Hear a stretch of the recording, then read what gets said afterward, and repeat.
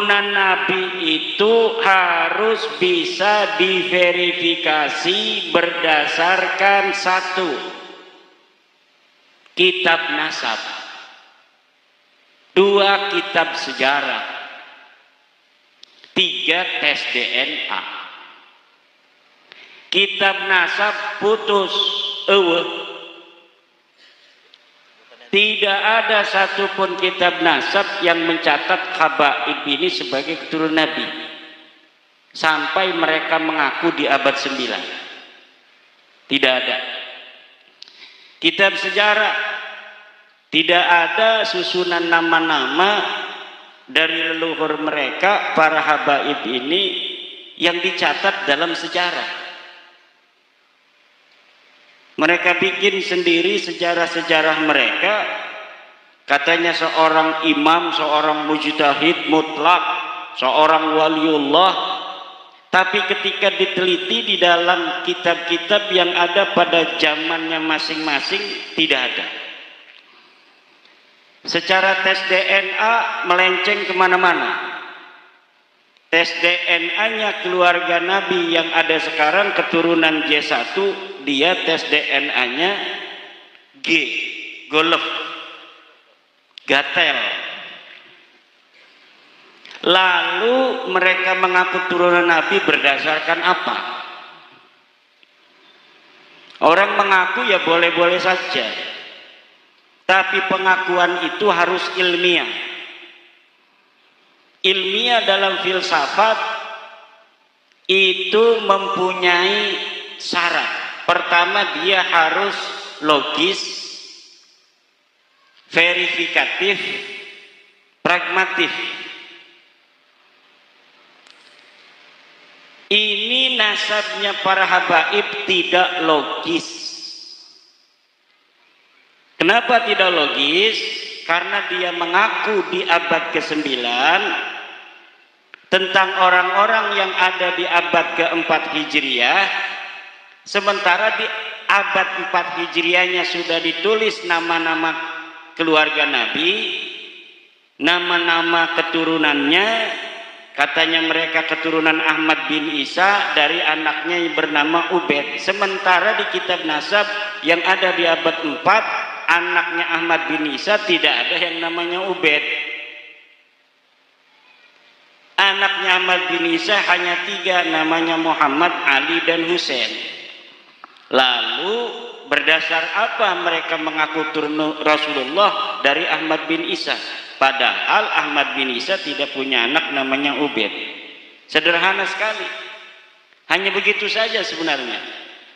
Kitab-kitab yang ada di abad keempat, Siri Silsilatul Alawiyah, di abad kelima Tahdibul Amsab Al-Majdi Muntaqilatul Talibiyah, tidak mencatat Ahmad bin Isa punya anak namanya Ubaid. Di abad ke-6, seorang ulama ahli sunnah wal jamaah madzhab Syafi'i, pengarang tafsir Mafatihul Ghaib, namanya Imam Al-Fakhrur Razi, di dalam kitab nasabnya yang bernama Asy-Syajaratul Mubarakah, menyatakan anaknya Ahmad bin Isa hanya 3. Pertama Muhammad, Ali, dan Husain. Tidak ada yang bernama Ahmad.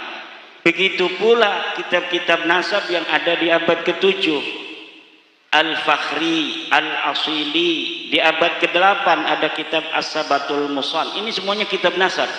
Yang saya sebutkan ini kitab nasab.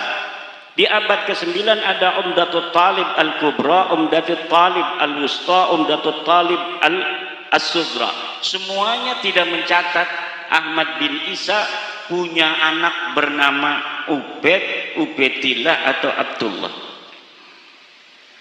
Baru di abad 9 ini para Habib Ba'lawi nulis kitab namanya Al-Burqatul Musyiqqah. Kitabnya bukan kitab nasab, kitab tasawuf, kitab khurafat-khurafat, cerita-cerita keramat yang tidak terverifikasi.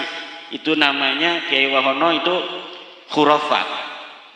Kalau misalnya karamat para wali itu benar, itu namanya karamah. Ditulis oleh orang yang melihat tentang keramatnya seorang kiai, seorang wali, itu namanya keramat.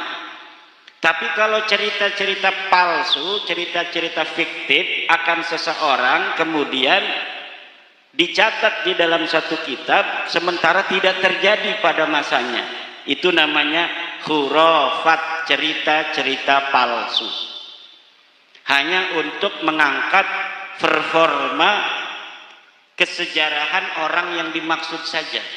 Sebenarnya orang itu tidak seperti itu, pada masanya enggak dikenal. Seperti katanya Mi'raj 70 kali sehari. Kakeknya Mbak Lawi ini Fakih Muqaddam Mi'raj 70 kali sehari. Itu tidak rasional, yang pertama. Yang kedua, pada masanya hidupnya Fakih Muqaddam ini, dia hidup di abad ke-7 Hijriah, 653 Hijriah dia wafat. Tidak ada satu kitab pun yang mencatat tentang sosok bernama Fakih Muqaddam ini. Teu aya jelmana. Tidak dicatat sebagai ulama, tidak dicatat sebagai wali, tidak dicatat sebagai lurah. RT aja, nggak ada itu tulisannya Fakih Muqaddam jadi RT pada masanya. Kitab-kitab sejarah banyak sekali yang ada di abad ke-7 itu. Kitab-kitab sejarah itu sudah banyak di Yaman itu. Tapi sama sekali ketika orang-orang Tarim pun disebutkan, itu kiai-kiai di Tarim disebutkan namanya si A, si B, si C pada masa itu. Tapi ini sosok Fakih Muqaddam iya ente disebutkan.